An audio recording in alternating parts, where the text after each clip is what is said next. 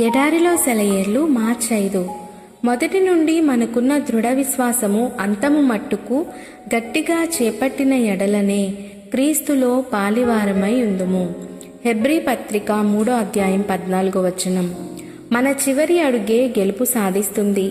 యాత్రికుని ప్రయాణంలో ఆకాశ పట్టణం సమీపంలో ఉన్నన్ని ఆపదలు మిగతా ప్రయాణంలో ఎక్కడా లేవు.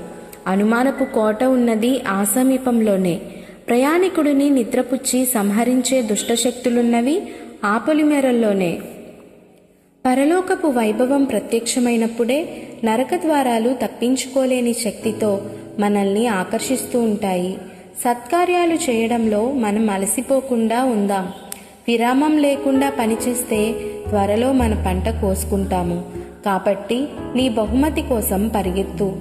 చింతల కెరటాలు ఎగిసి అటూ ఇటూ కొడుతుంటే, శంకల తీరాల నుండి పెనుగాలులు అల్లాడిస్తుంటే, విశ్వాసపు లంగరులు ప్రవాహంలో తేలిపోతుంటే స్థిరమైన దానికే నేను అంటిపెట్టుకొని ఉన్నాను.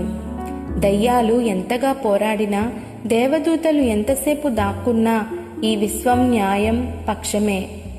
చుక్కల వెనక ఎక్కడో ఒక ప్రేమ నా కోసం కాచుకొని ఉంది. ఉదయమైనప్పుడు చూడగలనా స్వరూపాన్ని?